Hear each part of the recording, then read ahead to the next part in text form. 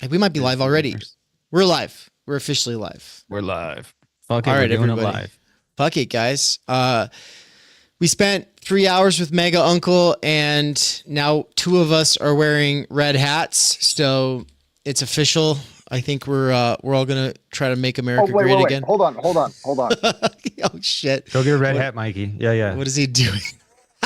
Is he really? What is Mikey doing? Oh, look, my dogs are being stupid. All right. Hey, Mills is in the chat. That's good to see. Someone made it. What's up, Mills?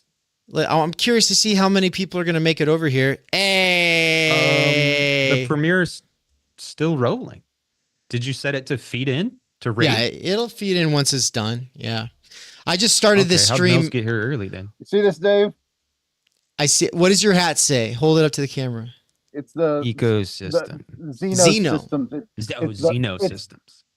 If you order, look, the special edition of Land Xeno Systems, you get a Nickland Xeno Systems hat. Sick. Coldness be my god. So, all right. Oh, I got the land hat on.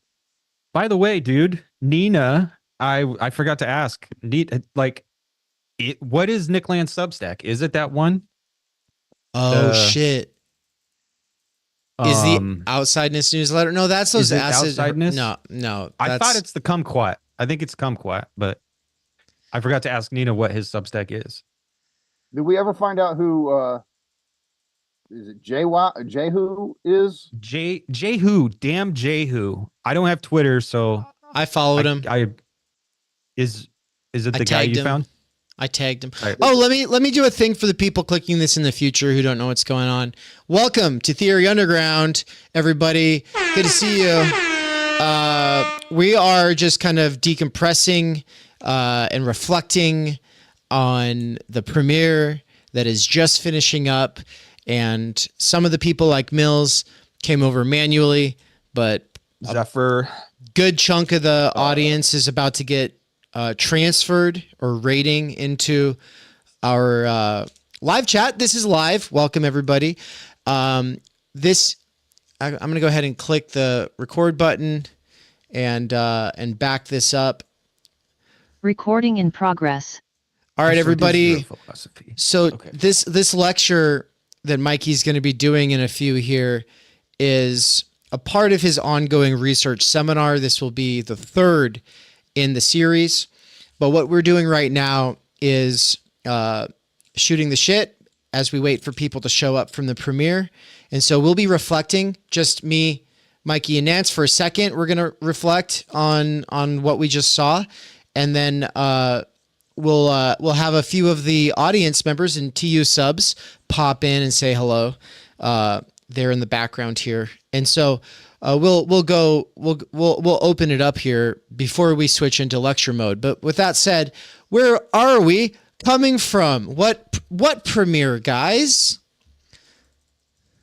The Nickland Theory Underground Extravaganza. Where it went really well, dude.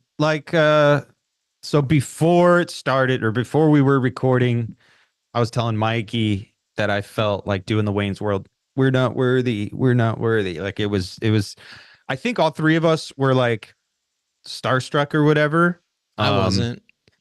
Well, you weren't, because you don't get starstruck, but yeah. No, like it was fucking nuts. And I knew it was gonna be great because like conversations with everybody at Theory Underground are always better than like the other conversations with those people on the internet. And for evidence, just look at the Zizek, like the million videos that Zizek has done, where it's just a 45-minute script. And then you actually look at Mikey and yours conversation with him. And it is true that the conversations are always good, but it went way better than I thought it was gonna. It was fucking great.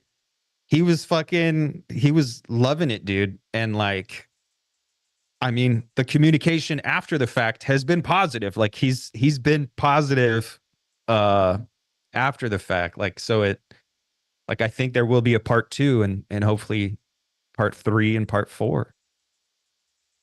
Yeah, it was same. the shit. That's my hope. Yeah. I hope this is the start of an ongoing dialogue with him. Because I mean, I told you guys I got through 1/10 of my questions, and so yeah, I'm ready to film part 2 tomorrow. But whenever he feels like it. I'm super happy with how it went. I think we got him. First off, there's no sensationalist kind of framing or any, like it's just us having a real philosophical conversation with him for 3 hours. I mean, yeah, the stuff with the lemurs and the pneumogram, all that's fun to get into. But no, I mean, I love the where Dave is going back and forth with him, Yep.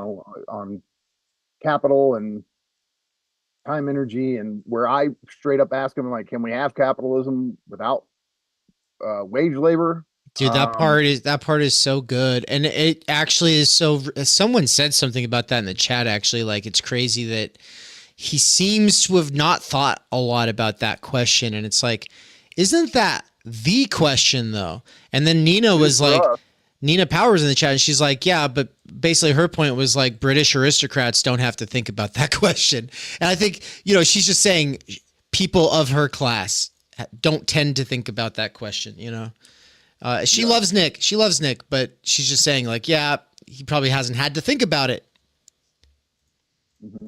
And so, no, I mean, again, like I love where the conversation went. I'm just ready to do another one. So whenever that comes around, I am ready. I've got the questions locked and loaded.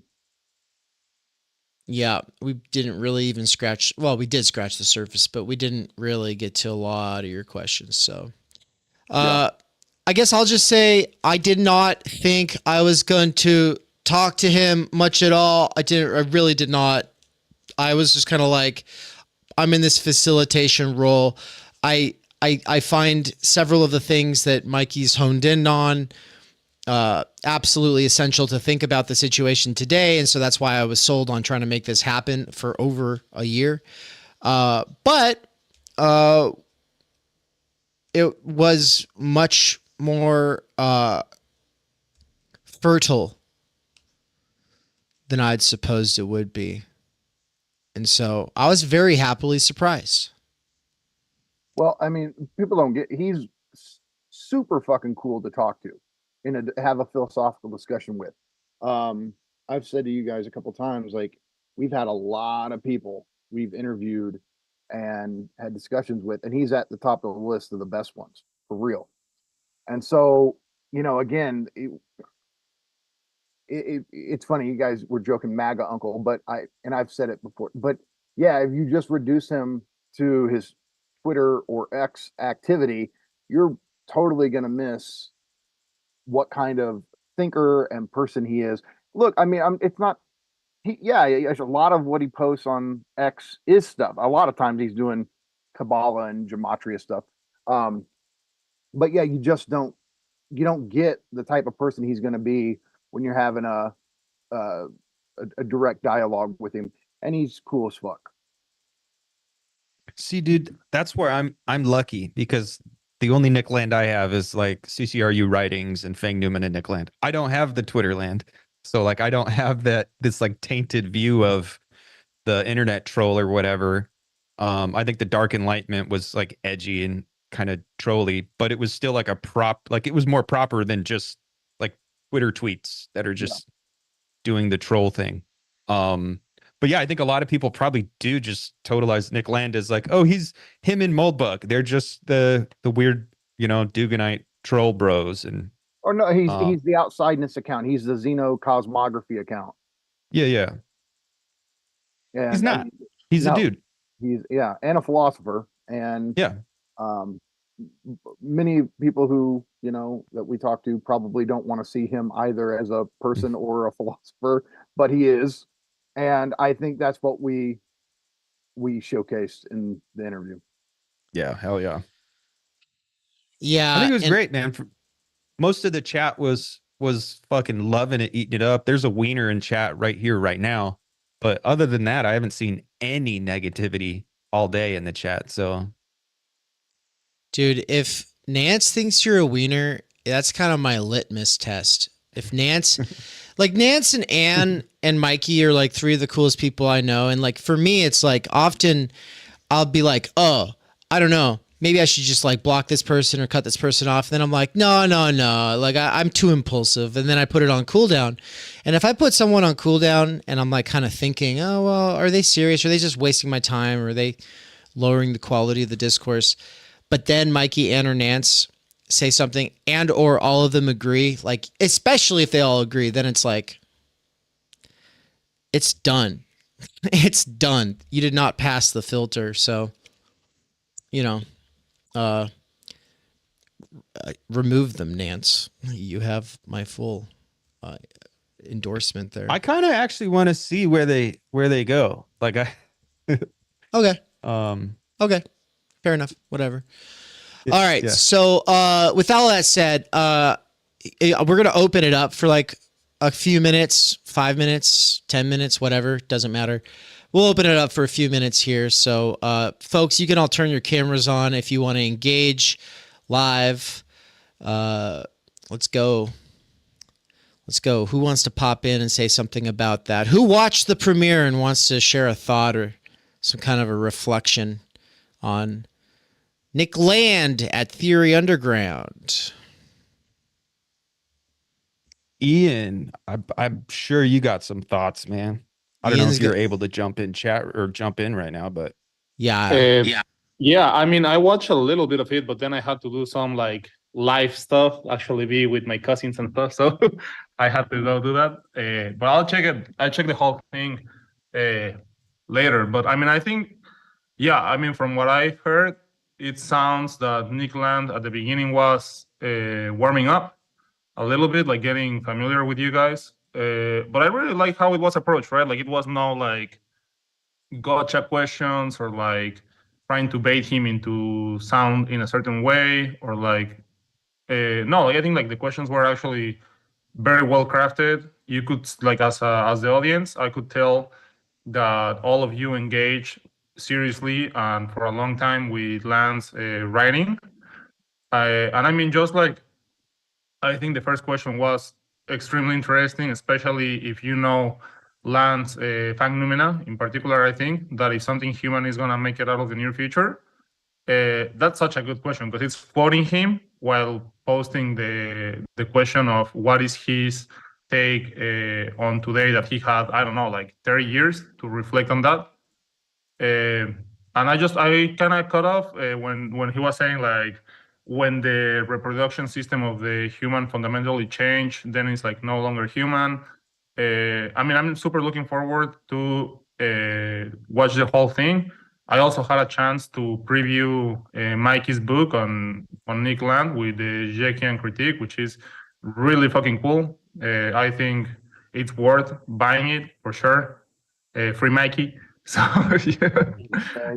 No, but I mean, I think it's a conversation that it feels honest, right? Like it feels like it's not like if it doesn't feel like you were trying to reach to Nickland to get more views or to just gain some traction. It's like, I mean, that obviously it's a side effect of having him, especially because him and Zizek are like the most memeable like theorist. But it feels like an honest approach of engaging with his work and trying to fit it into Theory Underground's like bigger discourse and particularly Mikey's philosophy, right? Like I think that's such a cool. I mean, it's just cool to see like someone who has spent so much time with Nickland, like reading his text, breaking it down. I also took Mikey's course, the Intro to Nickland. And it's really cool to watch someone who did that being able to interview the primary source and have a good conversation. So definitely, I want to finish it, like, for sure. 100%. Thanks, Ian. Internet Enjoyer in the YouTube chat says they couldn't watch the whole thing. I thought some attention could have been given to his new stuff. At the end of it, Mikey kind of brought it up and we kind of got into it, but we ran out of time. But I agree with you. The new stuff is get Mikey's book. Mikey heavily engages with the new stuff in the book. because And it I had is a interesting. I had a whole stretch of questions based on, focused on that. I mean, I had a whole stretch of questions. I want to talk to him about Deleuze and Guattari in detail, right? So a lot of them, you don't want to force, like, okay, here's the question now, say something and answer it in 30 seconds and let's move on. Doesn't work. So there's a sense where you over prepare for it, but you also got to let it have its own flow in that moment and let it be its own thing.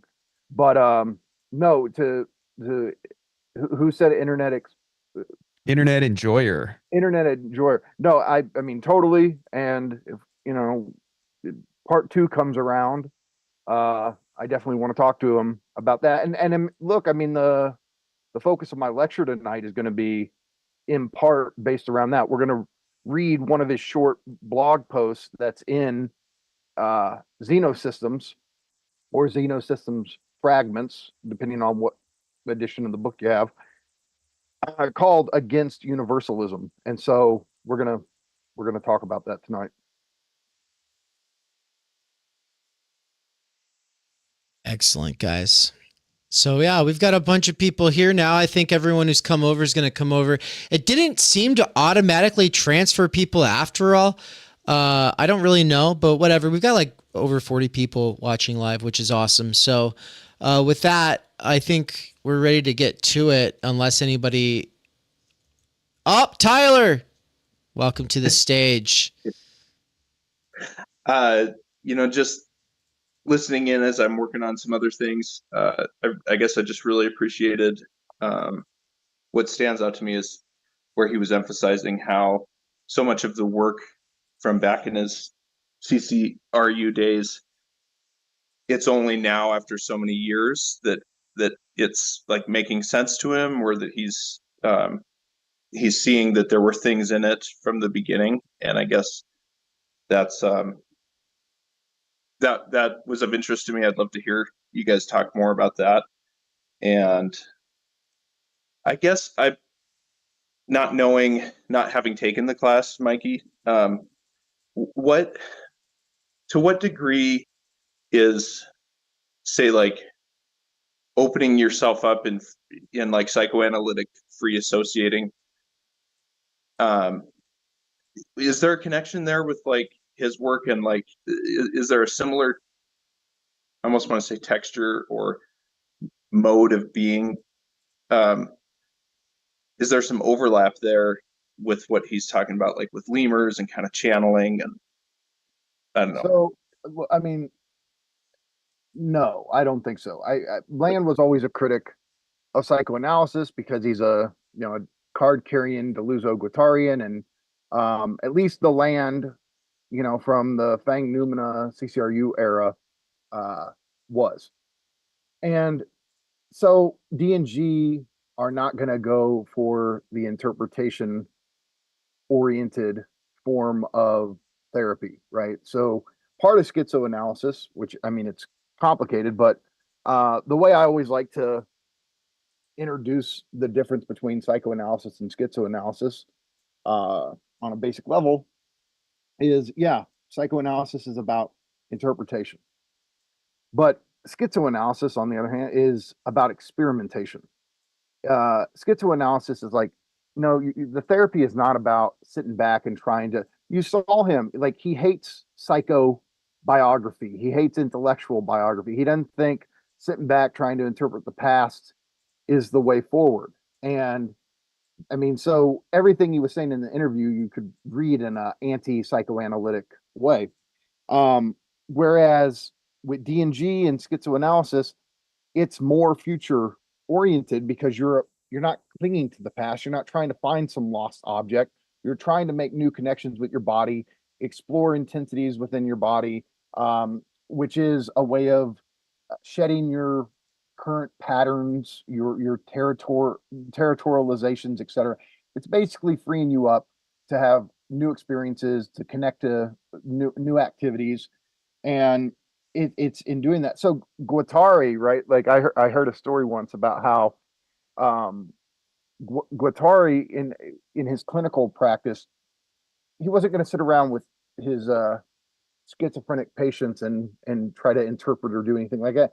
Instead, he organized it where all of them put on a play. Like they all in whatever way put on a play. And he said that this was therapeutic, that the patient showed real improvements through getting to do something new, getting to experiment in this way. And that's more of the difference. And so, look, as far as the stuff with the lemurs and subdecadence and the occult practices and all that, I've always interpreted what they were doing when they were, you know, as he said, it wasn't, we paint it like they were just constantly partying. And on some level they were, because I mean, stories confirm that. But what I would say is going on with their practices, their occult practices, is an occult form of Deluso-Guattarian schizoanalysis, where you're using these occult practices to deterritorialize, to break down your old ways of seeing things. And that's honestly, on some level, what the Kabbalah stuff, especially gematria and all this, when you apply these numbers to words, what you're doing is you're decoding the surface level meaning of words, and you're accessing another way of understanding what's going on, just through applying gematria to them. So I've always understood the occult stuff to actually be deeply Deluso-Guattarian. As far as like what they think, like, I mean, I'd love to talk to them for 10 hours straight about the occult stuff. As you see, he's more hesitant or reserved when it comes to that stuff than if we ask him about wage labor or capital or autumn. He'll no problem. And I don't think it's, oh, he's just trying to keep it mysterious for mysterious sake. I think he himself is still trying to figure out what happened with this stuff when they received it. Yeah. And he doesn't want to just flippantly go, oh, well, I think that in this, because when I brought up we all want the 900-page book on the numogram. He knows that, and he wants to write it. Like, I didn't know he wants to write it until we interviewed him. But like that, it feels like the last calling, or at least one of the last callings for him, is to actually do this work. And it is where his heart's at. I mean, when you look at his stuff he posts on Twitter, he's not talking about D&G, and he's not, I mean, sometimes you get the AI stuff and all that, but he's really passionate about gematria and that. And so I don't think he wants to flippantly just go, oh, well, the lemurs are, he gives us hints and little clues, right? About the lemurs, what did he say? He said, oh, there's a lot of camouflage going on. So does he believe in 45 literal lemur spirit? And I don't think that's it. I think he does believe in lofty powers. I think he believes that there are spiritual entities in the outside, and that the pandemonium matrix that they created is a way of somewhat trafficking with those Lovecraftian entities, in some sense of the term of Lovecraftian, entities that are beyond our comprehension. Somehow using numbers and gematria is some sort of way of trafficking with them. And this is his basic spirituality. And this goes all the way back. I talk about this in the book. His first book, The Thirst for Annihilation. Everybody ignores this, but the subtitle to the book is An Essay on Atheistic Religion. He's had a religious dimension to his work since day one. And so the thing that, people are quick to write him off because, oh, he dabbles in the occult. First off, he does more than dabble. But it's also, but do we write somebody off if they're a Buddhist philosopher or a Christian philosopher or a Jewish philosopher? No. A Muslim philosopher. But so I don't know, like, if I'm not writing off people because they're religious in these more accepted ways, I'm not writing him off just because his form of religion isn't the most common. So, I think one little thing that is interesting, though, as people who lived through the 90s and the Satanic Panic, is that like all of the fears about Dungeons and Dragons and playing things backwards and meditation coming from the evangelical side of things, those fears were like, oh, you're opening yourself up basically to the outside. Like that's, so, you know, and hands up in the chat if you're familiar with the work of Frank Ferretti, but you know, a Christian novelist, like all his shit was about that, you know, and it's a lot of fun actually. You know, he's sort of the Goosebumps for Christians, but it's a lot of fun. People get spooked and oh, you can't have a seance or you can't play with Ouija boards. You'll let demons into the house is kind of all part of that. And I just want to say, like, I have one thing I wanted to add to it all, and that's just say, I think he and Anna Greenspan are both on this wavelength, and I'm going to use the word wavelength here to riff, like on wave theory. She's thinking about waves as mediums in the McLuhanite sense, but waves include FM and AM radio. They include Wi-Fi and Bluetooth. They include, and then she's basically what she's getting at in her new book on wave theory is basically to say like Qi, like from the Tao Te Ching, or no, sorry, the I Ching. I'm getting my books mixed up, but these books or sorry, like these kinds of energy that ancient Chinese philosophers were talking about, maybe this actually is something that was forgotten and not taken seriously by a Newtonian physics that didn't really understand the potentials in waveforms. And now that we are harnessing waves in increasingly interesting ways, there is maybe like this wiggle room to like take it seriously again.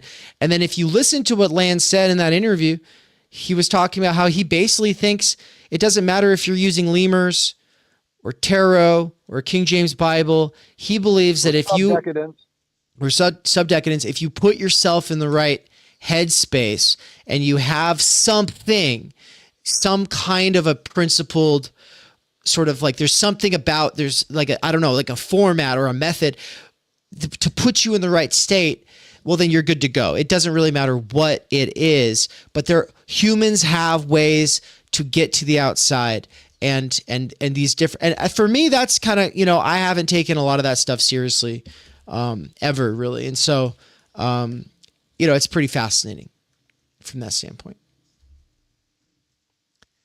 And I would love to get Anna Greenspan on to talk more about wave theory. That'd be incredible. I think that we should do a class on her new book, actually. I'd love that. I mean, even on her old one, Capitalism, Transcendental Time Machine. I try to tell everybody who gets into CCRU, like, read Anna's book. It will save you a lot of time because it is the most systematic presentation of CCRU's theory of time that we have.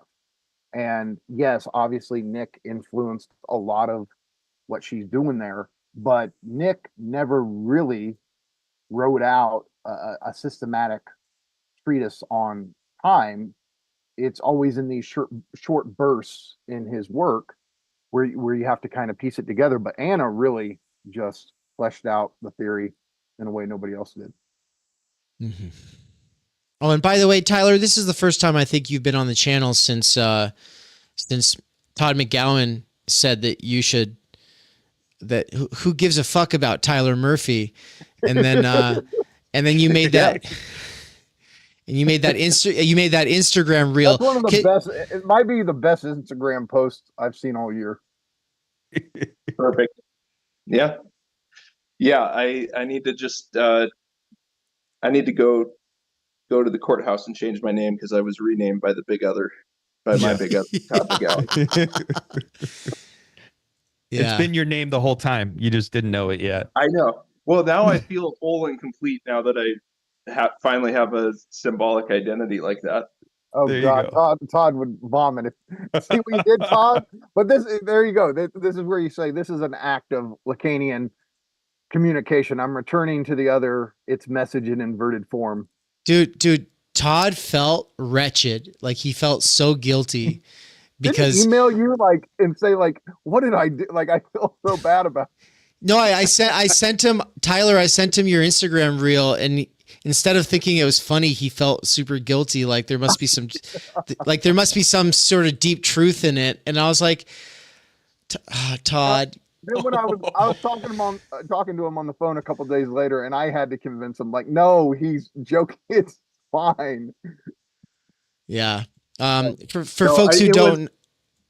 I think I got a sense of like, I haven't seen, what's that movie, Rear Window, but like where it looks back, or apparently at the end, the person he's been looking at like looks back.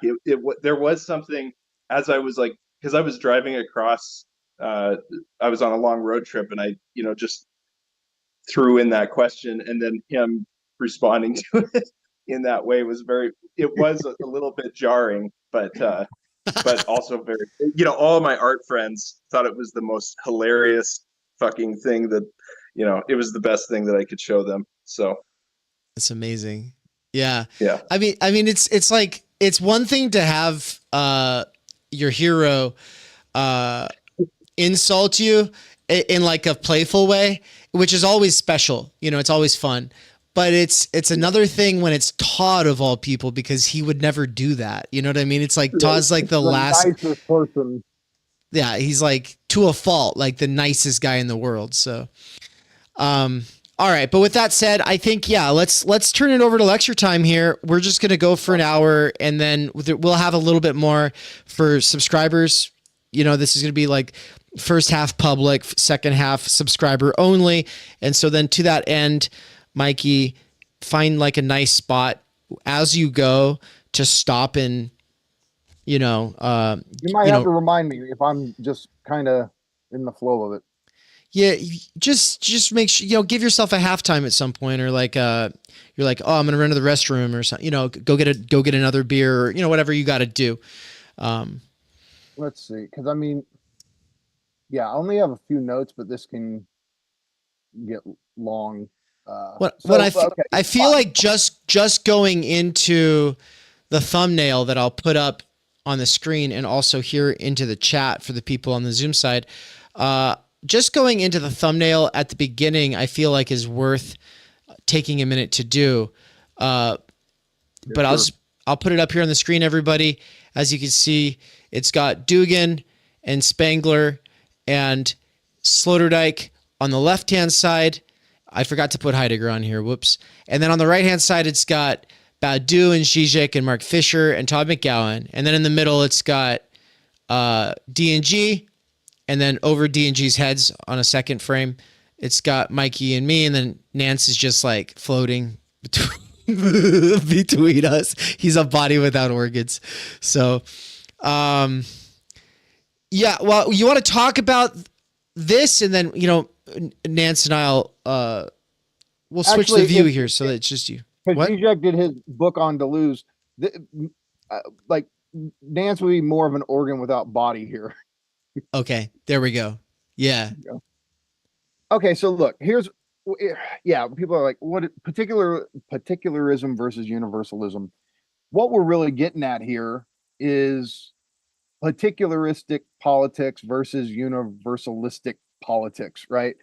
And what that means is particularism is going to focus on letting as many, the term I'm going to use in this lecture is cultural Daseins. And this is more, kind of like a Dugan reading of Heidegger. But the idea is that throughout history and even now, there's particular cultures on this planet that have their own sense of value, their own sense of truth, their own, like, they have their own life world about them. And in Hegelian terms, you could even say they have their own spirit or Geist, collective social orientation, right? And so there's a form of politics that is more particularity oriented, right? That's going to focus more on, no, there shouldn't be some universal system or globalist system, as they like to say, that's imposing a certain value system or form of life onto all people. Let particular cultures do what they do. And by particular Dasein, I can just simplify it by saying particular cultures, right? And so typically, it's people on the right who go more with the particularism form of politics, right? Whereas with the left, at least in its ideal form, it's universalism. It's about emancipatory movements that free all people, right? And so the classic instance, of course, is the international workers' struggle for socialism, communism, etc., right? And so the point is like, no, these particular cultures get in the way. We shouldn't focus on our little particular identities. Instead, we should focus on what we all have in common or what we all lack in common. That's an important modification of it that specifically Todd McGowan makes. But what we're kind of stuck thinking through, okay, are we going to be particularists in our political orientation or are we going to be universalists? Like, just being honest, I'm far more of the universalist disposition, right? But even if with that being the case, I always feel like I have to understand where the particularists are coming from if I want to truly understand what my own position is, because there's always going to be a certain antagonism here. Now, the question is, can we have, because the famous distinction, the threefold distinction is universal, particular, individual, or singular, right? Here's the thing. We can't have a singularity or an individuality oriented politics in the sense of I want an entire political structure to be oriented around me and what I want. Okay, that's not gonna work, right? Even the point of like a monarchy, you could say, well, isn't everything oriented around the king? Yeah, but not like the king is fulfilling a certain function in order to, at least if you defend monarchy, it's for the good of the collective whole, right? But it's no political system is literally like everything has to be oriented to cater to the whims and desires of one specific person. So I kind of just view singularity or individuality oriented politics as a non-starter. It's just not, it's not a viable option. Nobody's ever tried that. If you did, it just, there's no, as far as I can tell, there's no reason to even think of that in terms of politics, right? And in fact, you can make the case that for any human being to thrive in any kind of individuality or singularity, it's always against the background of a universal dimension of humanity and a particular culture they're thrown into. Like, there's not even really an individual human being, like what, a feral child? We're going to call that a singular human being or a individual? No, they're not. They don't even get to be that. Like, you have to go through the social to be anything like what we call an individual, right? So the real question then is, okay, so we'll leave singularity or individuality out of the equation when it comes to how we're going to organize our politics. Question is, should politics be organized around certain identities, certain particular cultures, or should it be organized around some sort of universal collective movement that in some way seeks to make life better for everyone, regardless of their culture or their identity? Well, the culture war is certainly a battle between two different types of particularism. It's just that one likes to claim universal, likes to think of itself as a universalist. Liberal leftism, we know, is completely structured by identity politics, but so is the right, by and large. And so what thinkers like Zizek and Badiou and McGowan want to do is they want to resuscitate the left as a universalist movement. That is not, it's not going to play these games over wedge issues or particular identities or, you know, the celebration of this identity or that identity. It's asking what is to be done for universally for all human beings, right? So this is where you start to get this divide. So if you look at who we have, so particularists would be more of Dugan and Peter Sloterdijk on some level. I'm not, everybody says he's a conservative.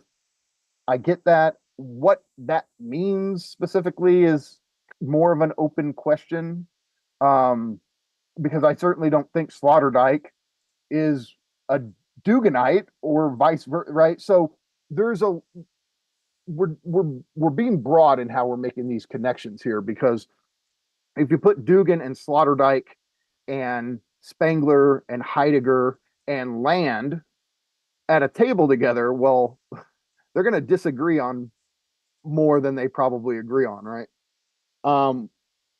Even though Zizek and McGowan and Badu and Mark Fisher, yeah, they're going to agree on a lot. They're going to disagree on other things, but I would argue there's more common ground with them than if you put Land with Heidegger, right? So the question is, right, the reason I think this whole thing about particularism and universalism is interesting, specifically when it comes to Nickland, is that I feel like he's caught up in a web of contradictions. Now, I don't mean contradictions like, oh, he's just not thinking, like he wants to affirm certain tendencies, and yet to me, the way I understand his work and how I understand D&G, there are certain built-in contradictions or antagonisms within this position. If we had had more time to talk to Nick, especially if we got into his more of his neo-reactionary politics stuff, I would have asked him all this.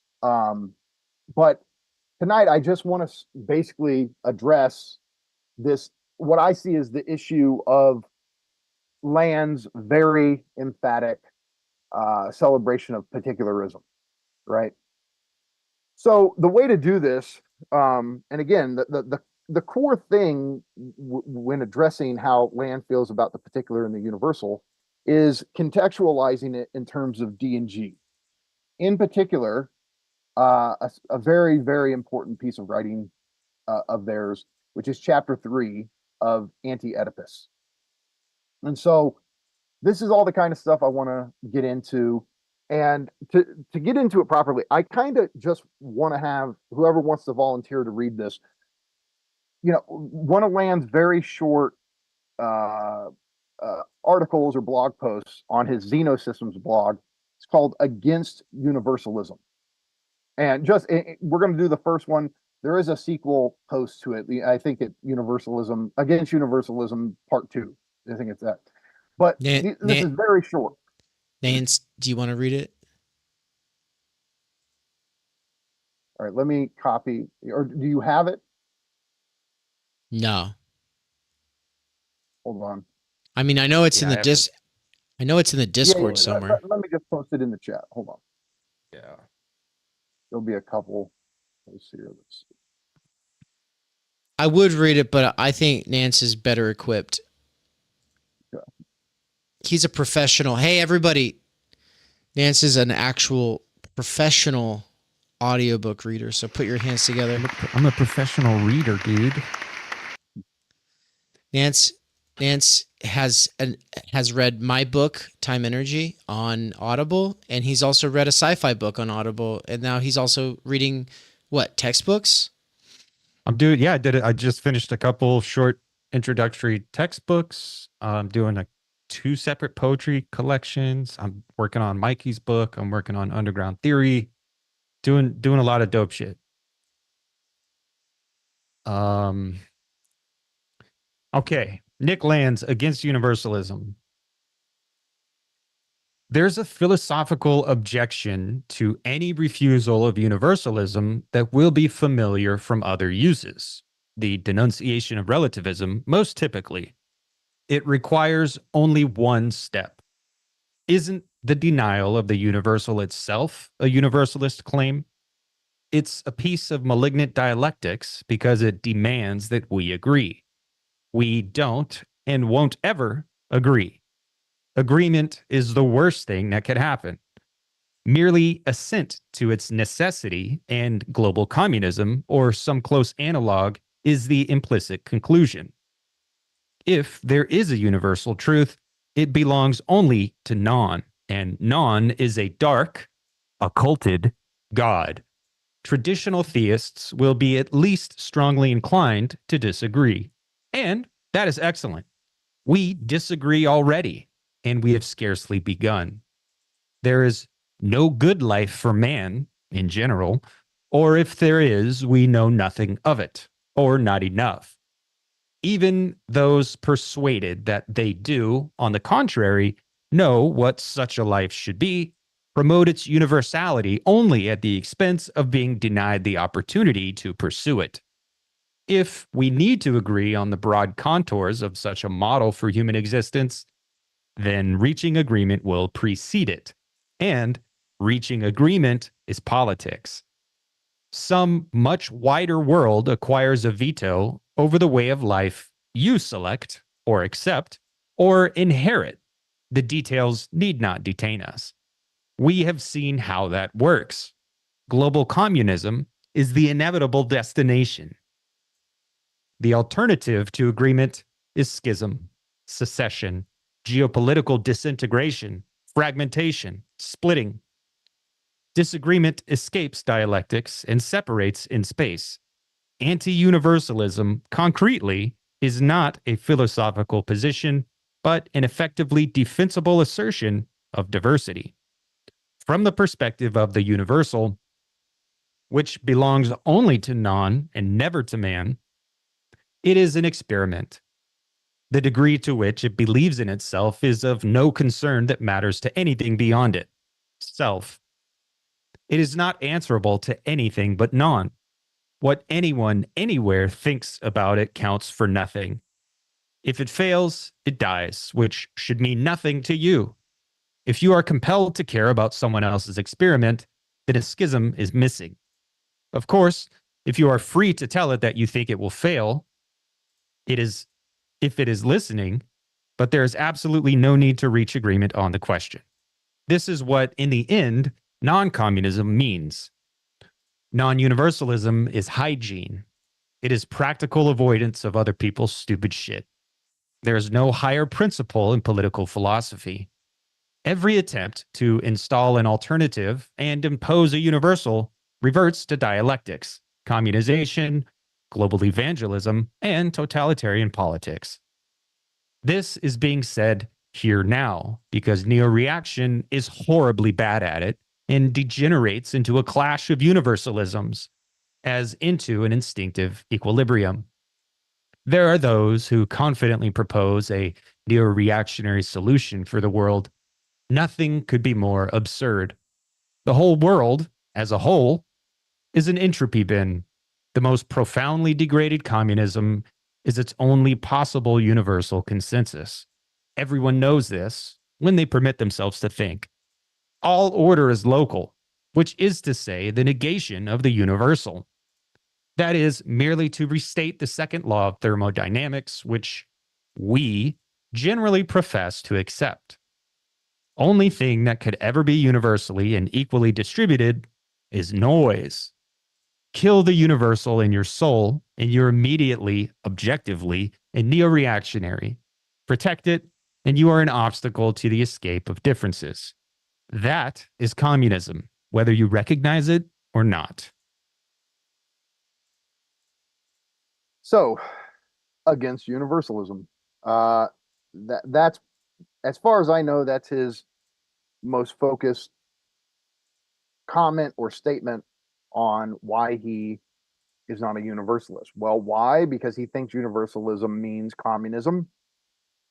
He thinks it means imposing a general order on top of all other local orders, which would make it imperialistic in a sense. Globalism and universalism for him They're trying to tell local codes, local traditions what to do and how to organize. And for him, he thinks that means that universalism is an identity machine. It wants to impose the same political structure or economic structure on all people and all cultures, and that negates the escape of difference. Well, as a good old-fashioned Deleuze-Guattarian, he's going to privilege difference over identity. Deleuze, in particular, famously critiqued identity in Difference and Repetition, and celebrated virtual intensive differences over stable, fixed, essentialist identities, right? And in fact, what Deleuze showed is that for us to have anything like what we call stable identities, and for anybody who doesn't know Deleuzian metaphysics, we're talking about lamps or trees or cats and dogs, human beings, television sets, right? All of these things are identities.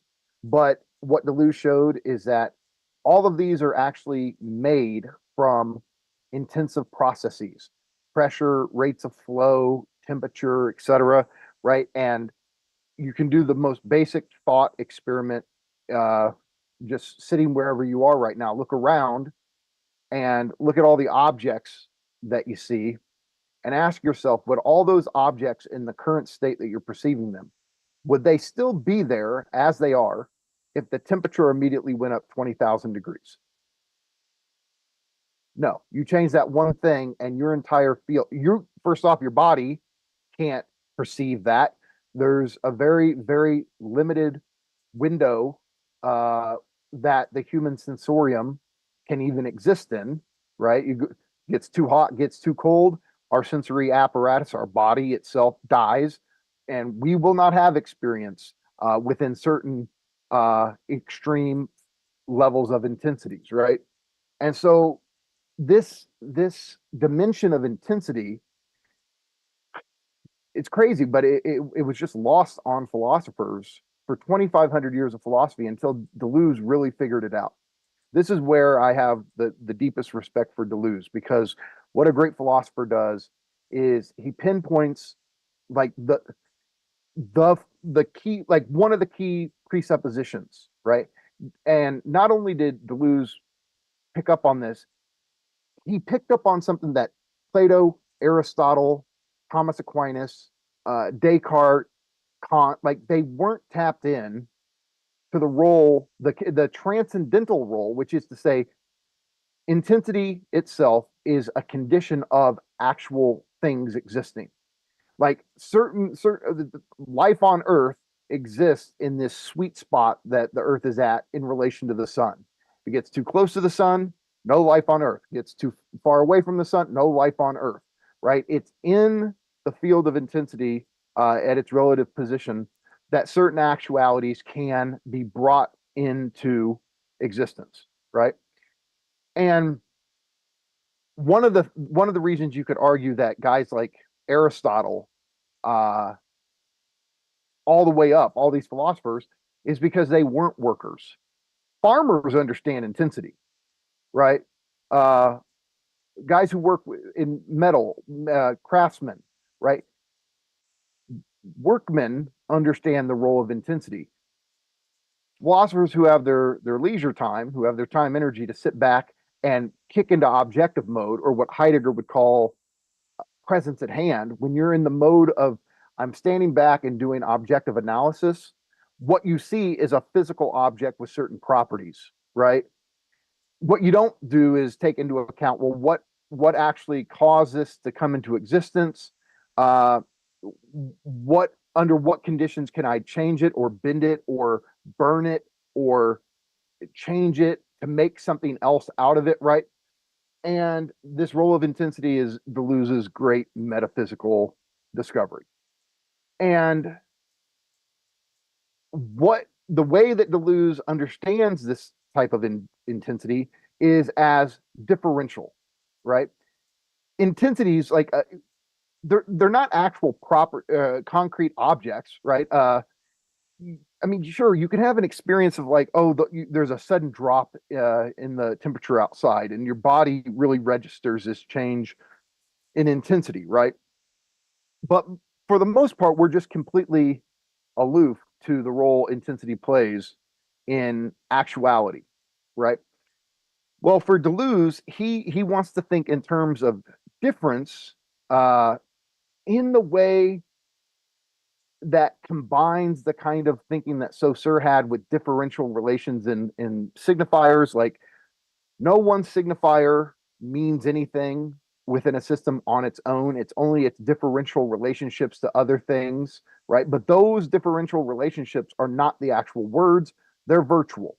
You don't perceive, you can hear somebody say the word cat, but what you don't perceive sensorially is all of the connections and the grammatical dimensions and all of the background that makes the word cat intelligible to you at all, right? There's a whole differential structure. Well, then so you've got the Saussurean idea of the differential. Then you get into differential calculus and how that line of thought and that way of doing calculus thinks about differentials, which is, you know, an acceleration, how it's transforming as it accelerates. And to understand that, you got to pinpoint the differential. So Deleuze has taken all these different things and he views intensities in terms of pure difference, right? Not differences between existing things, but as a field of potential. And he conceptualizes that in terms of pure difference. Okay. So if you're a Deleuze-Guattarian, you're going to say this whole thing with identity is to really miss the metaphysical mark. What's important is how fields of intensities, virtual potentials can be actualized and new things can be produced. And the universe itself is a machine for creating new things. And this activity that it engages in, where it couples together different parts of different things and they take hold, and that's how it creates new things, they call the process. So the process is basically becoming, but the becoming of the new. So we live in a universe where, sure, things break down and fall apart, but there's also convergent waves, as Nickland talks about, where things come together. And one of his favorite examples of this is at the ending of Terminator 2. So if you guys remember Terminator 2, the evil robot is a liquid metal Terminator. Yep. And they freeze him and then he shatters. But as his shards begin to thaw, they all start clustering back together, right? And this is a convergent wave for Nickland. It's where various parts are coming together into an assemblage, right? And you can say it's teleological because it's like the future. This is where we have to be careful because it's hard for us to not think in linear terms, but it's like the future is already out there, pulling those little shards together in order to bring the robot back together as a whole, right? That's how Land thinks about all of these various aspects of capitalism. It's like the techno-capital singularity is already out there at the future, pulling all of these economic forces together in such a way as to bring itself about. Just like the Terminator was pulling all these broken parts of itself back together so it could get back up and keep fighting, right? Okay, so Deleuze-Guattarians are going to emphasize difference over identity. They're not going to deny identity. They're just going to say that there's more fundamental metaphysical processes going on than just identity, and that identity should not be the primary metaphysical category. Okay, that was a lot of background, but that's what Deleuze was doing in Difference in Repetition.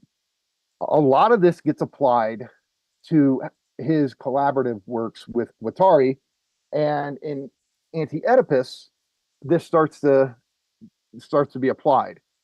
But in that book, in chapter 3, like I mentioned, this is where what you're essentially getting in this chapter of the book is almost like a Nietzschean Foucauldian genealogy of Oedipus, of the Oedipus complex, right? And they're trying to show how from different symbolic orders, different aspects of them were basically kind of like a convergent wave. Parts of them were finally assembled in capitalism to coalesce into what we know as the Oedipal nuclear fantasy. That was funny. Fantasy was a slip. The Oedipal nuclear family, right, was what I was trying to say. So there's room for interpretation. Don't get me wrong. But what D&G do there, and this is important because this is maybe my favorite thing that D&G ever wrote is chapter 3 of Anti-Oedipus. So what they're going to do is they're going to talk about three different symbolic orders in the Lacanian sense. Three fundamentally different forms of social organization, right? So you have, we could call it the tribal machine, the despotic machine, and then the civilized machine. But what we're talking about is tribal society, feudal, ancient/feudal society, and then modern capitalist society. These are the three main different types of social organization for D&G. Now, there's all of this, these various terms D&G use that can be very difficult to wrap your head around when you're new to them. Even when you spend a lot of time with them, sometimes you're not clear. But here's what you got. You have different semiotic mechanisms that organize these different types of societies. Now, for the tribal society, they're going to fundamentally be organized around what D&G called codes. Now, codes are very rigid, strict forms of social organization, which is to say they're very strict qualitative value systems. And they're going to tell you who you cannot marry. They're going to tell you what your proper place in society is. They're going to tell you what gods to believe in, what you have to do to be, a proper member of the tribe. It's going to tell you basically what your symbolic identity is in such a way as there's no way to escape this symbolic identity. It's essentially who you are. You're tethered to it because the only way to get outside of your symbolic identity is to basically curse the tribe and go it on your own, which is going to result in death very quickly, probably. So these early forms of society for D&G are really essentialist identity machines, where your symbolic identity that's what you are. That's just all you've got. There's no talk of like the individual or anything like that. You are just a member of the tribe, and these codes are incredibly strict and rigid, and they carve it into your body, right? They carve the very code into, whether it be tattoos or through branding, however the tribes would mark you.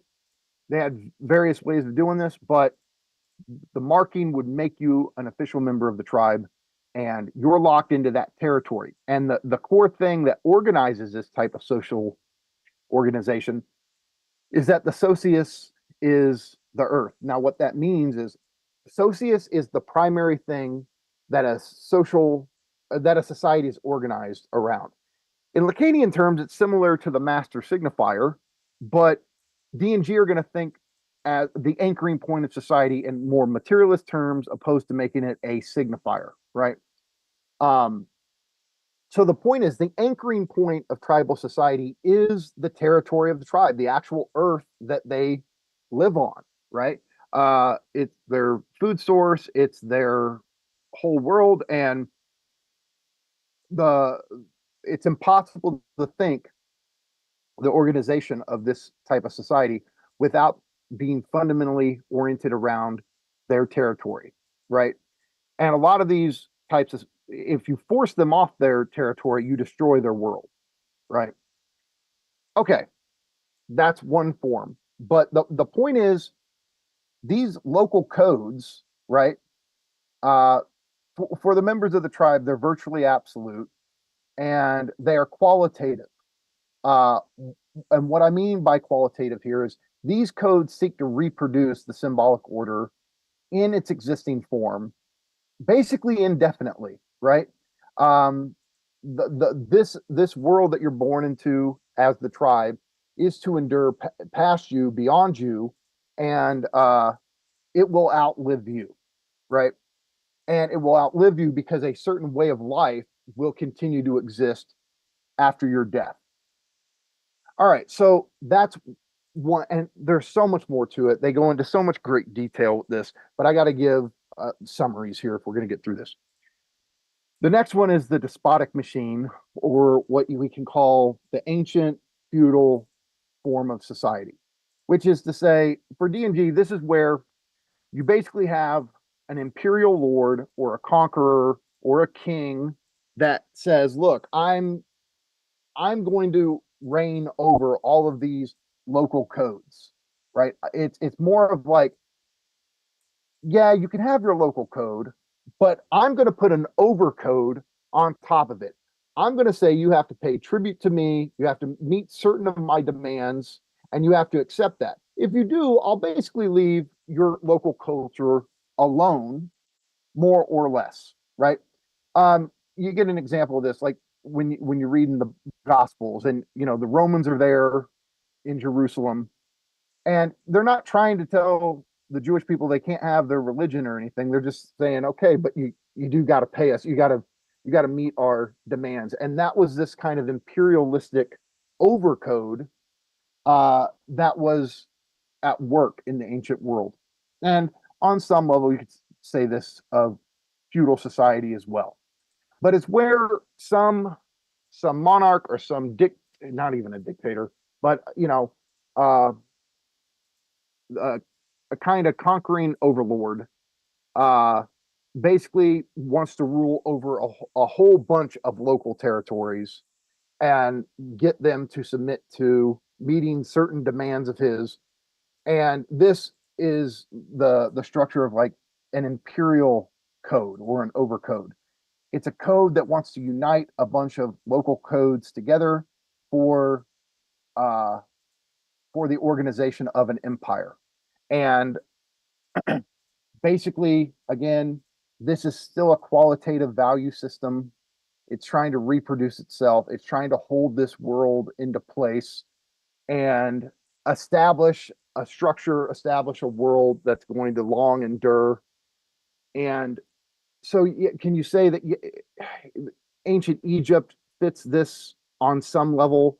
The Babylonians, Alexander the Great, all of this kind of stuff, the Roman Empire is what they're thinking about. But there's kings in the Middle Ages and all of them that rule other. I mean, look, if you want a cinematic example, the way the English were trying to force an overcode onto the Scottish people in Braveheart, right? This is where there's this higher code trying to submit a local code to itself. And so obviously the code that D&G and Land would dislike the most is the overcode, right? They're going to have their issues. D&G are going to have their issues with the local codes as well. But what they're going to dislike about the overcode is that it is a hierarchical power structure. Whereas the local codes, look, yes, you could say there was the chief and there was the shaman or what but ultimately they didn't have the hierarchical power structure. It's not like the chief was exploiting the other members of the tribe, right? Like the way that an imperial lord exploits the other territories he rules over. D&G don't view tribal society as one based around fucked up power dynamics, the way that imperialism involves that, right? And so that's the difference. But ultimately, here's the key thing, especially for land. Whether we're talking local codes or we're talking imperialistic overcodes, both type of codes are set up to do one thing: keep the outside out, to generate insular world-based ways of life, right? So yeah, the territory and or the earth is the socius for the local tribe, and the despot is actually the organizing anchoring point for the imperial overcode. But both of them are set up to keep qualitative systems of value, norms, customs, traditions in place, right? Which is to say, you can't let something in that's going to start changing everything, modifying everything, breaking down the social relationships, breaking down the qualitative organizational structure of the society. You can't let in whatever a deterritorializing force would be. Well, what is the thing that comes along and seems to be an alien invader from the outside that hits the planet and starts to undermine all traditional ways of life? Capital, MCM prime. Because now it's saying, no, no, no, no. The socius is no longer going to be the actual territory, the earth that people live on, nor is it going to be some imperial despot, overlord, the body of the overlord. The socius, the anchoring point in society, is now going to be capital itself. But here's the trick: capital doesn't care about codes. It doesn't care about qualitative systems of value that create different cultural Daseins or human worlds. It cares about quantitative increase. It cares about capital accumulation. It cares about revolutions in robotics and technology. That's what it cares about. It doesn't give a shit about our little insular worlds that are ultimately trying to keep this thing outside, keep it at bay. Well, at a certain point in history, these old code systems got too weak, they slipped up, and they let in the alien invader. And what happens? It comes in and it starts to destabilize the feudal order. And everywhere it goes across the planet, it destabilizes their traditional forms of value, etc. And this, for D&G, is a good thing, because what it starts to do is enable human beings to not live in locked, fixed ways of life. Now desire is able to experiment, to explore, to disinvest from absolute fixed identities and become, right? And so we talked about the process as this thing that nature does of producing the new, right? Well, at the libidinal level, that process is called desiring production, which is desire for D&G is not about being hung up on lack or trying to find some missing object that would absolutely complete you. No, desiring production for them is a type of desire that is, one, positivity oriented primarily, and future oriented. Psychoanalytic desire is going to be negativity oriented or lack oriented and past oriented. It's the missing object. It's objet petit a. It's the thing that you lost and you're trying to find in the, that'll make you complete again. D&G say, nope, that's not. Yes, desire is forced to become that based on certain repressive mechanisms in society, but that's not what desire is at its purest. At its purest, it is almost like a child in play. It just wants to connect and touch and see what it can create. And once it's done that, it moves on to something else and explores that territory for a while, lodges itself in there. And then when it's ready to move on, it doesn't think about it. It's on to the next one. And you see that even in Nick's work, when he talks about it, like, he doesn't want to get caught up on the past. He just wants to keep moving along and connecting to whatever he's doing at the time. And once he's done or moved on, that's it. He's not going to really go back. And what's bothering him is he feels like he has some unfinished business back in the past with the pneumogram and the lemurs and all that. So that's kind of this state he's in because he's always just moved forward progressively. But this is the one thing where he's like, no, there's something back there I need to tackle. But maybe the conflict is because he doesn't want to rehash the past. He just wants to move on. Point is, okay, so that is where we're at, is that for D&G, what the local code does is establish a particular way of life, right? A particular society. Now, the imperial code is more of a globalist, universalist type of thing, but ultimately it still says you can have your particularist way of life. You just got to meet my demands, and then I'll leave you the fuck alone. Okay, so even though it wants to conquer and control the particular ways of life, it doesn't mind them existing.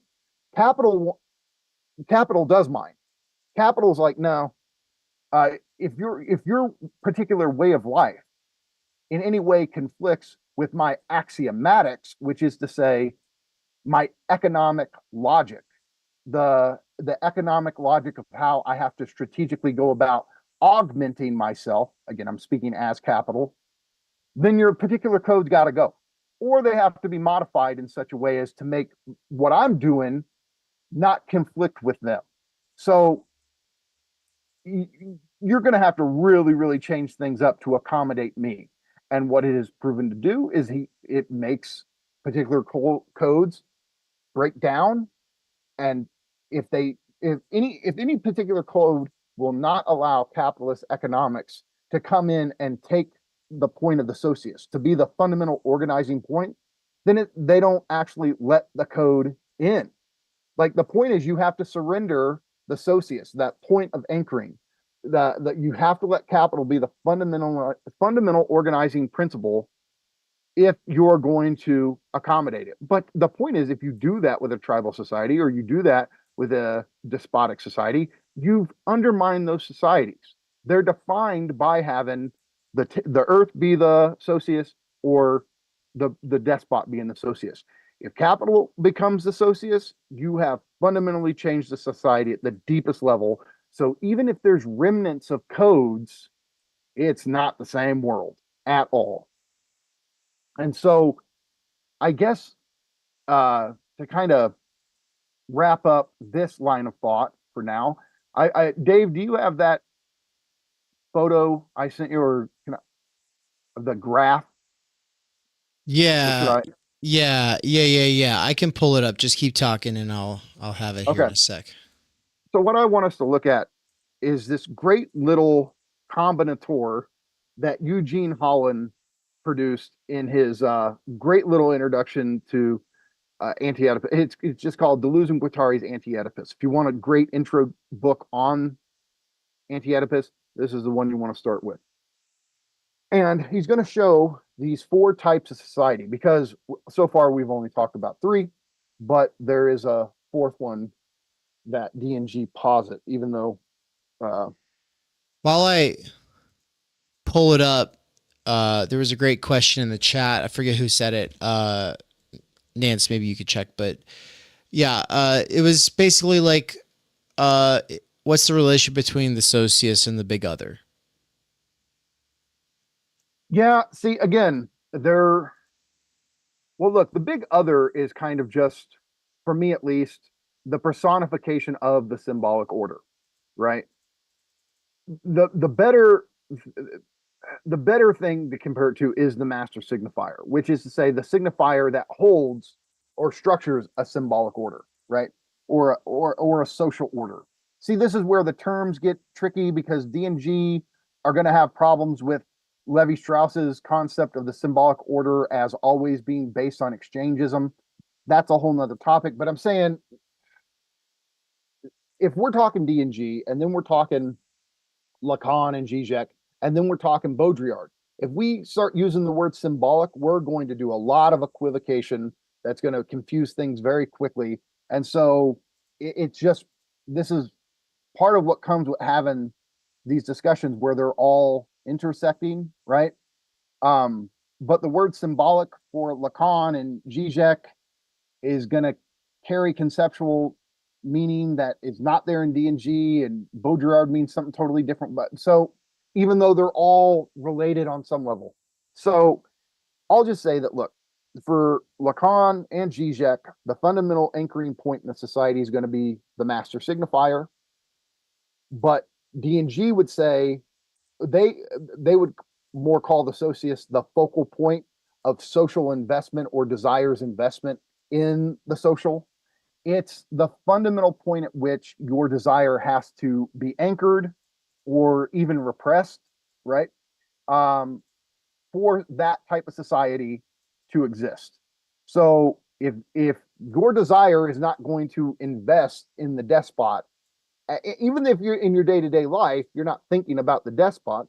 The point is, you've organized your libidinal economy in such a way as you're going to meet the needs, or the demand, I should say, of the despot in order to preserve your culture.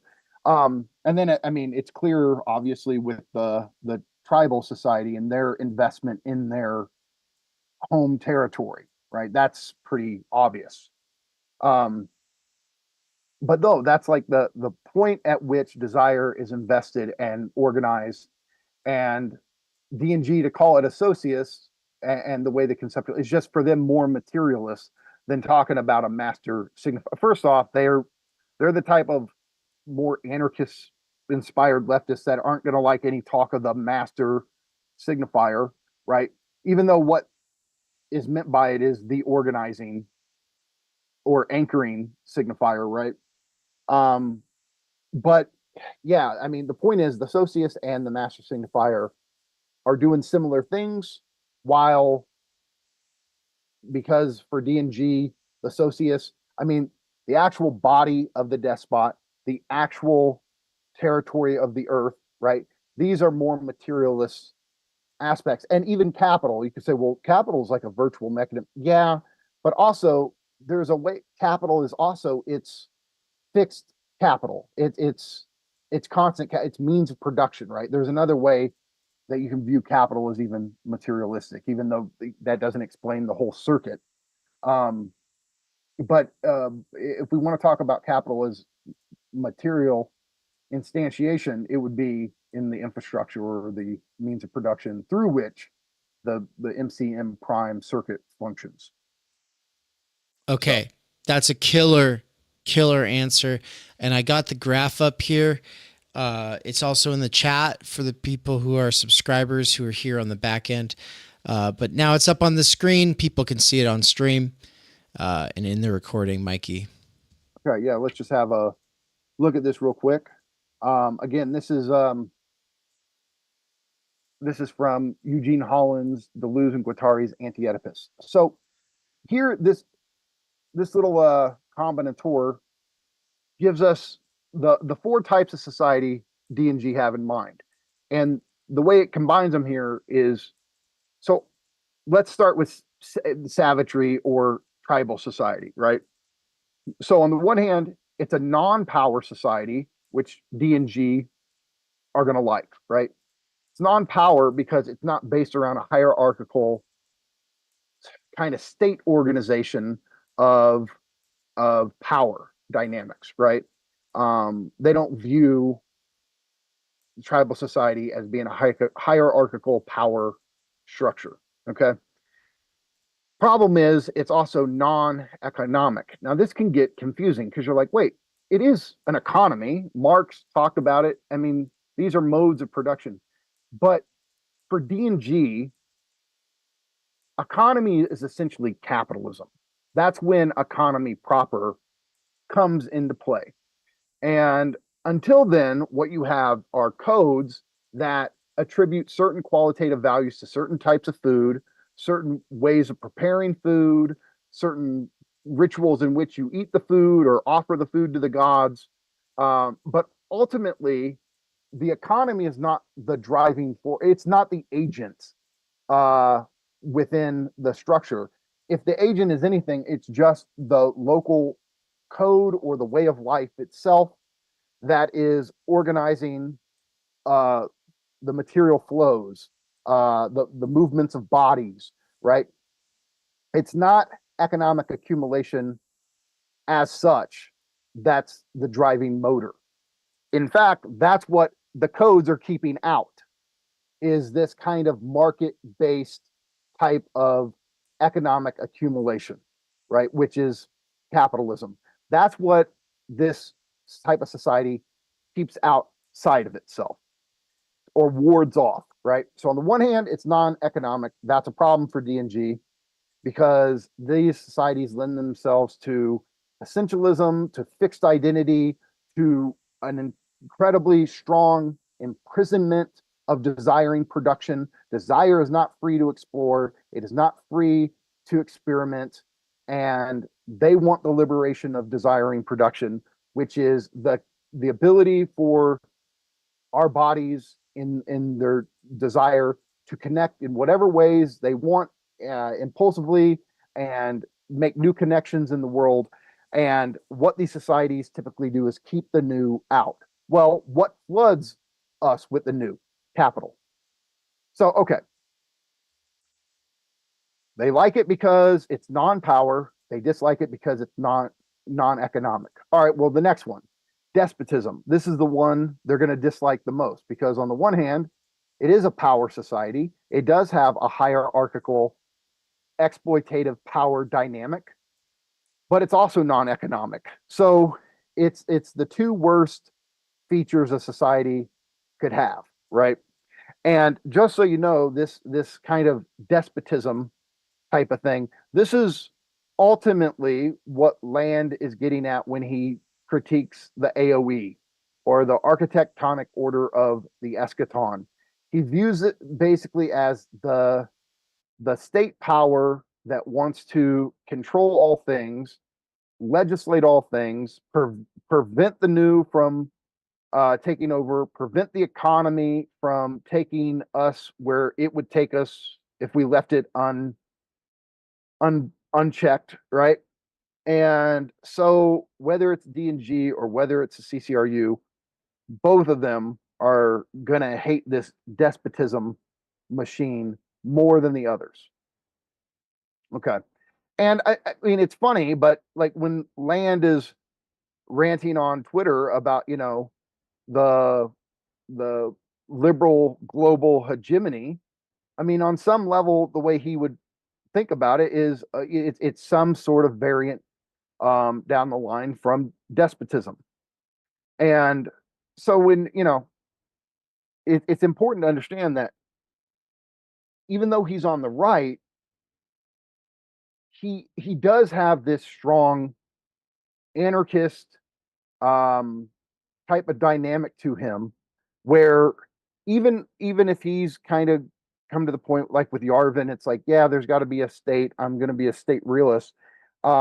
He's always going to have a kind of impulsive dislike for any sort of top-down power structure that wants to tell us with our desire what we can and cannot do, right? And so, yeah, that's kind of a so. But okay, then we come to capitalism. Now, for D&G, we're moving in the right direction because now we're finally to economic society. Now, so far I've talked about the codes and the overcodes, but the semiotic device or mechanism that organizes capitalism is what D&G called axiomatics. This is a little confusing because for us, when we think axiomatics, we almost think like absolute universal principles, right? But these axiomatics, the way they understand it, is more of market logistics, right? That's what they have more in mind, is the axiomatics of capital itself, which is to say, okay, well, it doesn't matter if this layoff affects 10,000 people negatively.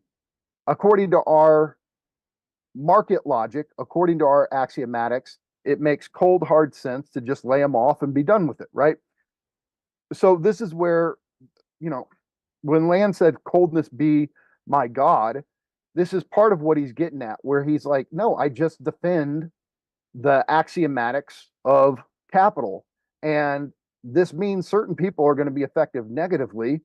And all you can kind of do, if you're being honest, is say tough, because there's no better alternative, right?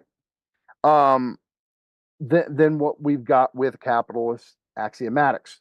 But it's important to understand capital axiomatics does not seek to establish some long enduring human world with specific values and norms. It doesn't care about any of that. It cares about selling us commodities, accumulating capital, enhancing robotics, developing infrastructural technology in order to more efficiently accumulate capital, right? This is its machinic robotic logic built into MCM prime. And for land, this is a information machine. Like, this is why he puts it provocatively, but he'll say like capitalism's, a better transcendental philosopher than Kant or Hegel or any of these guys. And the point is that the market, and this is old Adam Smith kind of stuff mixed with Austrian school, but the market does produce information, right? Because out of necessity, because if you're going to outcompete your competitors, you got to revolutionize your mean of production so you can have the advantage in the market. So there's a driving force at work in capitalist competition that produces more and more knowledge, information, intelligence, etc., which, of course, spoiler alert, this all culminates in the commercial realization of the singularity, right? Which AI will, we march towards the singularity precisely for economic reasons, according to axiomatics. It's the driving. All of us as humans did not get together and take a vote and go, it's a good idea for us to pursue AI. No, the axiomatics of capital decided that for us, and now we're just along for the ride. Okay, so but for D&G, let's pump the brakes here, because there is a contradiction, a distinction between D&G and land when it comes to capitalism.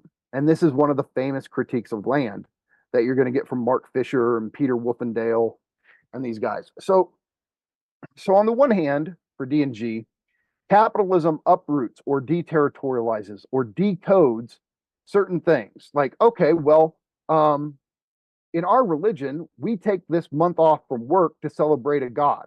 Well, capital says, well, that's fucking time the factory could be open producing commodities to sell. Like, that doesn't work for me. So fuck your month feast or whatever you do. Like, that doesn't work for my axiomatics. And so it's going to find a way it's going to get that month, right? It's going to take that month from them based on its own cold logic. And it doesn't care about your monthly whatever time off to praise a god or whatever. That's wasted money. That's wasted opportunity for capital. So that has to be decoded.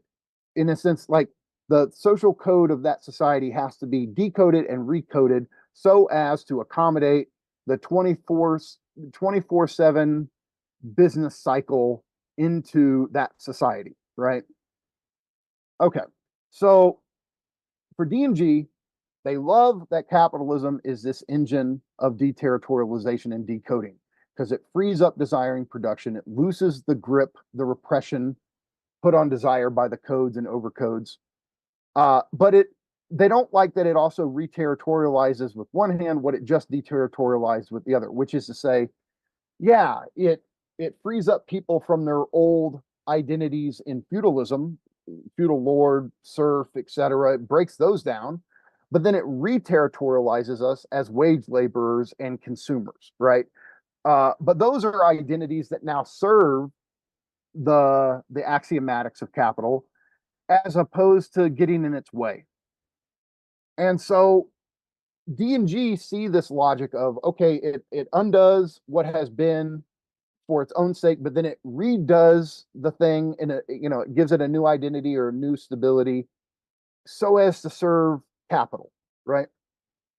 And obviously for D&G, there's a power structure dynamic within capitalist society between capitalists and workers, right? So it's still a hierarchical social organization based on power and exploitation, right? So that's their issue with it, is the reterritorialization stuff and how it locks us back into identities. And for D&G, the core mechanism through which it reterritorializes us and makes us good little subjects of capital is the Oedipus complex, Oedipus, right? So it does force us back into identity, locks us in, but now in a way that we help reproduce and service capital accumulation. Okay, so D&G, they like capitalism because of the economic aspect, which deterritorializes, decodes, but they don't like the power aspect of class struggle, or at least the hierarchical organization of the capitalist world, and how it locks us back into capital-oriented identities, right? Okay, so the fourth thing for D&G is what you don't see it on the chart here. I mean, he calls it permanent revolution. Don't think of that in Trotsky terms. The term D&G used for their fourth type of society. It is on the chart. Permanent revolution is on the right. No, I'm saying the term D&G used is the new earth. Oh. Yeah. The new earth is their term for whatever comes after capitalism. But for them, it would be an economic society, but also a non-power or non-hierarchical or non-exploitative social organization or social structure.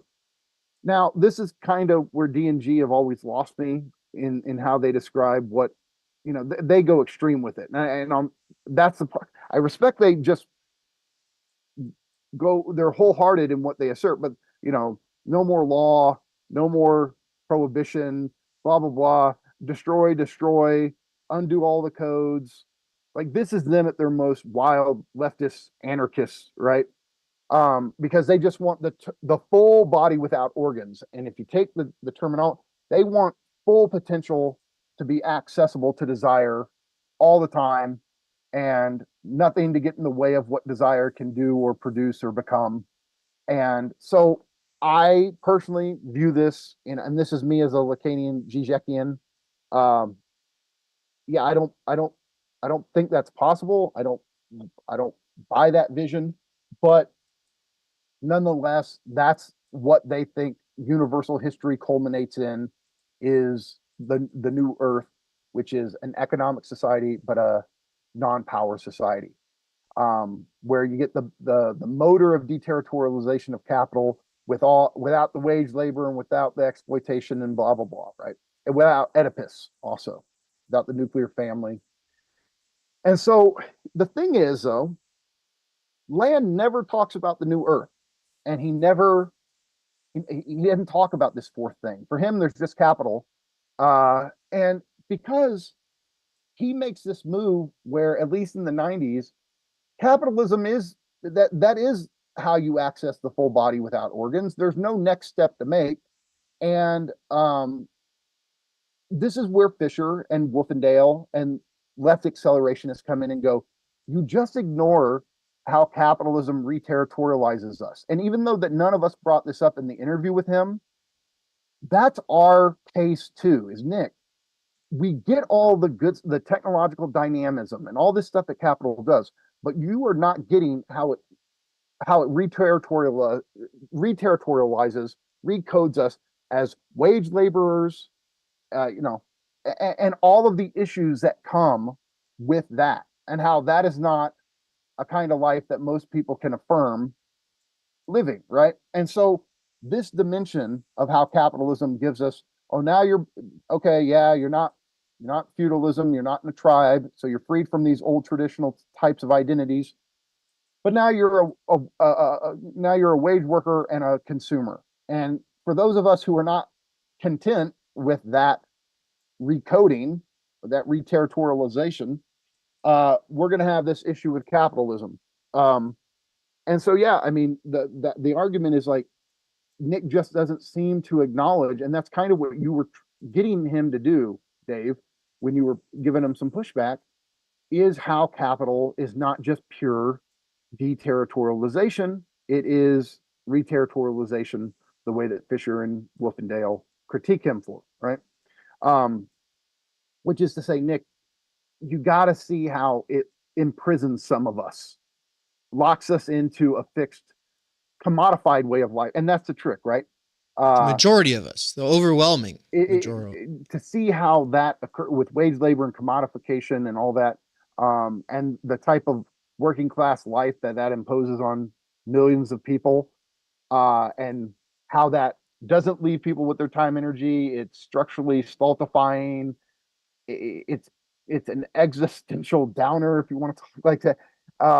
And it's not just, oh, they're transcendental miserableists. They just can't be happy with anything. No, you got to meet us halfway and understand that there might be some aspects of capitalism that create the misery, that create the depression. And this is why, this is the side of me that loves Fisher, because he was very much locked in to how our crisis with depression, with mental health, etc., has everything to do with the structure of capitalist society. It's not just a bunch of sad kids who are pouty. I know that you can take that image and apply that to certain leftists, and it kind of works. But there's a broader sense of, I mean, the people I work with are not pouty leftists, right? But they, on some gut level, know that they have not gotten to live a full life, precisely because they've had to break their bodies doing manual labor their entire adult life, right? So that's where there's some pushback. But I guess that's a good place to hold up, and then we can. Yeah, 100%. So everybody, what you've been listening to this whole time here, if for those who are just coming in on this or who forgot, is the third session in a series of sessions that Mikey is doing for the Mikey seminar, the Michael Downs seminar at Theory Underground. I have a seminar. I do something with Ann, but I also have my own deep dive sessions that I do. And then Mikey's got his seminar that he does. And we've got a couple other people we're very excited to announce might be doing some seminars next year. And it'll be kind of like Hulu, where you subscribe a base package, you get access to weekly events, but then you can also pay for like expanded editions or access to, like, instead of HBO, it's the Mikey Downs seminar, baby. And so this is something that costs, I'm sorry to say, money, because Mikey has means of subsistence, which include a lot of barbecue, but he also has to buy tires for his car. He's got to fix his AC unit. And then look at all the books in the background. You think those are free? Nah, bitch. Costs money. And what do you have to do with your money? Buy video games? Don't be lame. Give your money to us instead. And so by giving your money to us, you know what we get to do? Make Mikey smile. Not a lot of things do that, but we just did. And we even made Nickland smile. He laughed his ass off with us. And guess what? There's a lot more of that to come if we can get free of wage labor. And I'm not, look, I know some people are gonna be like, oh yeah, well, it's not all it's cracked up to be. You'll be bored and unemployed. Mikey's an exception to that rule because he was free of wage. He'll be fine. He was free of wage labor for a long time. He knows what to do. In fact, everything that you've been enjoying from him or from our collaborations with him, all of that is a product of over 2 decades spent with Mikey, for the most part, not having to work full time. And so the goal is to get him back to that point. And so how do you do that? You go to Theory Underground and find the Mikey Downs seminar and click subscribe. I think I've pinned it as a comment down below. I think it's in the description of this video. If it's not, it will be. You can also order a pre-sale of Mikey's book, which is his introduction to Nickland. And it doesn't say introduction to Nickland. It says a Zizikian critique of Nickland, because that's surplus value, baby. But no. Hold on, can I say, let me add something real quick. Yeah, for anybody watching. Yeah. I want you guys to know, I'm going to say this on X and Instagram too. The original subtitle was a Zizikian engagement with Nickland, right? And for me, that is the true title, because I didn't really set out to write a critique of Nick. Like, yes, I'm critical of certain things, but that wasn't the point. It was really to just engage with his work in a serious way. Calling it a critique, it's good marketing. It's marketing. And I feel shameful in admitting, but it is.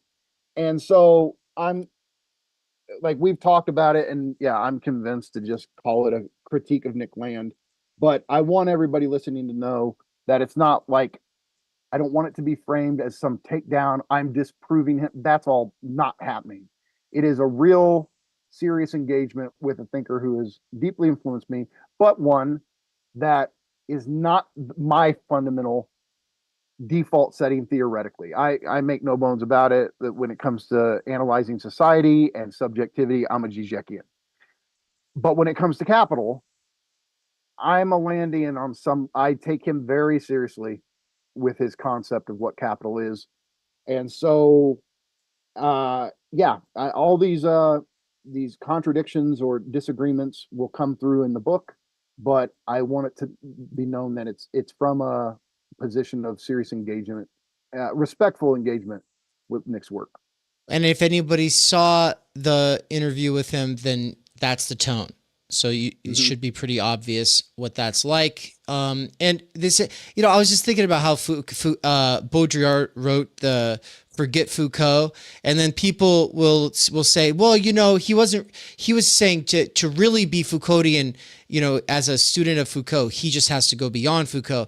And it's like, you're downplaying the marketing maneuver and like how actually like, what a stab in the gut that must have felt like for Foucault to have him like Forget Foucault is not a critique of Foucault. No, you're saying forget him. Like the only thing that an intellectual wants to do is be remembered and be a part of the conversation.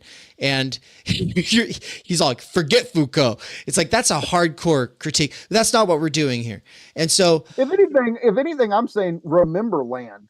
Yeah, exactly. And not as the thing that everybody else keeps trying to make you remember him as. Okay. Yeah. Okay. And so, how do you get involved? Go become a subscriber. It's amazing how many people we've gotten in the last 2 months since we started Mikey's seminar. We've got many more to do though, before we can get to a place where Mikey's quality of life really actually shifts. And once it does, there's just going to be, big rewards for all of us. But with that, I'm going to roll this PSA. I really want to say thank you, everybody. Nance, closing thought.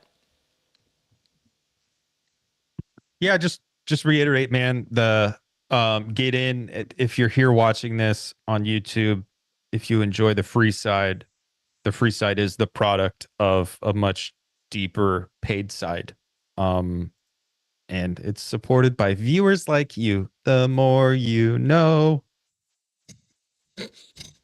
Yeah. And actually I have to find the new PSA and load it. I'm like, where the hell did I put it? It's over here. So while I do that though, everybody, if you are, we're about to go continue this. This is going to go on for a bit longer. And if you go sign up right now, you'll get the link and you'll be able to join us on the other side. Thank you, everybody. This has been amazing. What a great day. Let's go. Yeah, man. We cannot do direct revolution, but the only way to lay the foundation for it is to do what you are doing to move the underground. It's a theoretically correct title. Welcome to Theory Underground, a place for workers with earbuds who are tired of letting others read and think on their behalf, slipstreaming our way into an understanding of the situation that short-circuits the deadlocks of our moment. Research at Theory Underground focuses on what is most important for understanding our current situation. Theory of the subject, capital, time-energy theory, critical media theory, CMT, and the most essential critiques necessary for understanding why the theory, ideology, and common sense of influencers left to right misses the mark. Theory Underground is coming to a city near you. What that has meant in the last year is traveling across the United States, into Canada, and then all over Europe to promote our books, courses, and ideas related to time energy and underground theory. You've been reading Underground Theory. I'm a publisher and an editor. I run and review books. Literally, it's my living. This is the best edited collection I've ever read. Okay, picture this scene. America, early 2021. An Amazon warehouse worker arises from the emerging underground theory internet scene to create spaces for untimely topics and concerns that are too often neglected or kept in isolation today. Joined by a revolving cast of underground theorists, academics, and critics, he establishes what will become Theory Underground, a teaching, research, and publishing platform by and for working-class intellectuals, autodidacts, and academics who want to do more than they're able to do within the confines of academia. That warehouse worker's name is David McKerracher, and his book Time Energy is his first major contribution to the world of theory. It was reprinted with a foreword by none other than Slavoj Žižek, who also contributed to Theory Underground's latest book. My Bible, it's an excellent book. A collection of essays called Underground Theory. What you just heard is an excerpt from the Strange Exiles podcast, episode 23, where Bram from Strange Exiles interviewed me and Mikey. For those who don't know, Mikey is the author of the Dangerous Maybe blog. We are publishing one of his books here shortly at Theory Underground.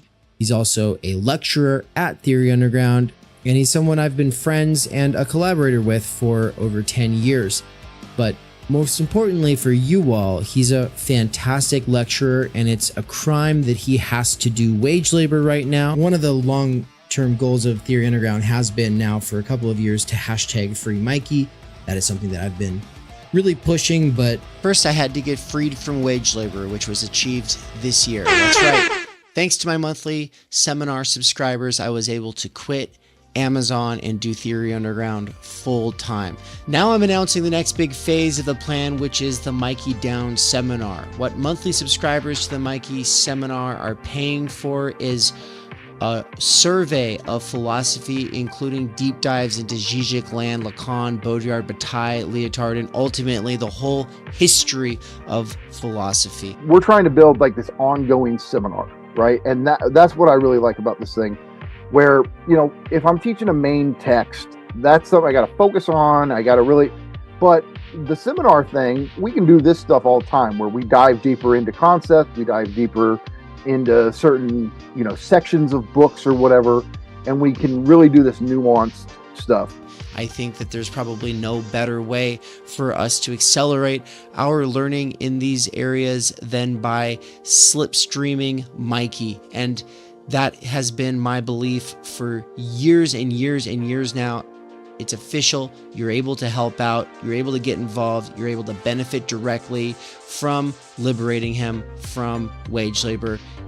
Get on it right now. Do it. Just go. Stop what you're doing. Go click the button. Subscribe. This is what you do. Subscribe to him. If you're already signed up for the ongoing Theory Underground seminars, then that's the ones that I do with my wife, Anne. Though that's getting an upgrade, which means that I will be doing one session per month that is just me, and then I will also be doing the ones with Anne, which are a crash course in sociology, anthropology, the social sciences, and ultimately Marx, Heidegger, Levinas, Bourdieu, imminently critiquing pop psychology, sociology, self-help, and ultimately the doxa of our time. But if you would like to be a subscriber to both Mikey's seminar and the seminar that the Snellgrove McCarrickers are doing, then the best way is to become a tier 4 subscriber, or you can be a tier 2 subscriber to each of us. The reason this matters is because tier 2 is like pretty much the best bang for your buck. It gives you huge discounts on all of the courses that we do. But if you can't afford it, tier 4 is amazing because it gives you tier 3 access at both Mikey's seminar and ours. And finally, not everybody has time to be part of these ongoing research seminars, and they just want to fund the paid content for the YouTube and podcast. And so thank you so much to our patrons over at Patreon. They're the ones funding all the free stuff. So big thank you to Bert, Marilyn, Carl, Sahil, Zozandra, Nikolai, Darian, Tyler, and Mandeep, and all the other wonderful patron people. Patreon people. And thank you to all the other wonderful Patreon people. And thank you to all the other wonderful Patreon people. Thank you so much to all of you patrons and also to the special subscribers and the paying subscribers. Oh my God. It's just so awkward. Thank you, Patreon. Patrons. Thank you. Oh, okay. And to all the other wonderful patrons. Thank you so much, all you patrons. And also a special thanks to the subscribers on the YouTube side, as well as the paying subscribers over at Substack. Why can't we do this? Fuck.